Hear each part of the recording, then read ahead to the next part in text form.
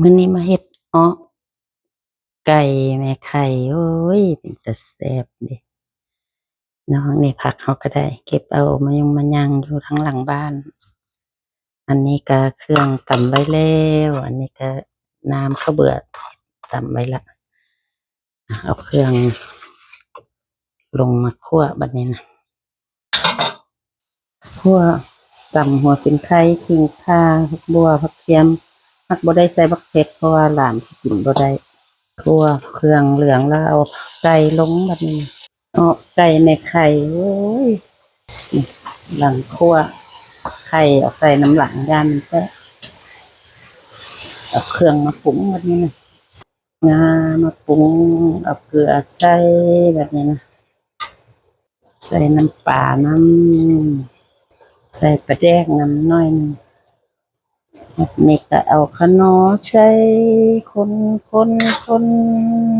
นี่ก็เอาน้ำข้าวเบื่อใส่บดสะแหนบะเหนียวไข่ลงนี่มันนี่เพราะว่าเอาลงน้ำหลังยานไข่แตก นี่ผักเมี่ยงเฮาอีตูอย่างเฮาก็เก็บมาสดๆนี่ใบขี้หูดเก็บมาสดๆกำลังฟดออบๆอยู่อ๋อไก่แม่ไข่แซ่บๆนี่เป็นสุกแล้วเอาอันนี้ใส่มันอันนี้มันมักใส่ได้นี่แก้วผักกาดใส่โอ้อันนี้ใบอีตูอันนี้นะนี่หอมเปาะบัวใส่ผักหลายๆค่อยแซ่บ ใบขี้หูดลงไปแล้วบัดนี้นะซิมมันก่อนเด้อโอ้แซ่บหลายแซ่บหลายมาผู้ใดสิกินข้าวนำนะบัดนี้นะอ้อไก่แม่ไข่